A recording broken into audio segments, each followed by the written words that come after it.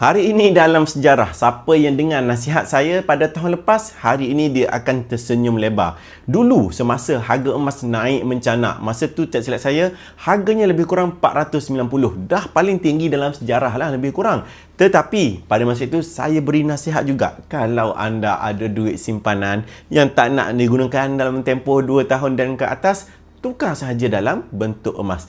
Hari ini, emas telah pecah rekod lagi, 1 gram 523. Tak sampai 1 tahun, emas telah pun pecahkan rekod yang lama. Simpanan emas ni mudah tuan-puan. Anda tukarkan duit lebihan yang tak nak digunakan dalam tempoh 2 tahun dan ke atas. Tunggu dan juga konsisten menabung emas tiap-tiap bulan, letakkan target nak capai berapa gram dengan emas.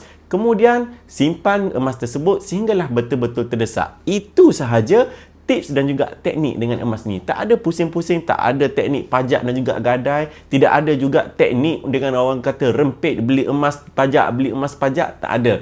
Anda beli, anda simpan, anda gunakan apabila terdesak. Itu sahaja. Yang penting anda tahu matlamat emas itu. Hari ini ketika harga emas telah pun tinggi ni, 523 1 gram. 1 gram seperti ni, 523. Saya beli dulu, ingat lagi tahun 2018, hanyalah RM180 sahaja 1 gram. Tetapi saya nak bagi tahu juga, pada hari ini, harga yang tertinggi yang anda tengok pada hari ini, 2 tahun lagi, 3 tahun lagi akan dianggap murah kembali. Jadi, jangan takut dengan emas. Harga emas memang akan sentiasa naik. Emas telah menunjukkan purata kenaikannya sebanyak 10% setahun sejak 10 tahun kebelakangan ini. Tahun lepas saja, emas naik sebanyak 31%.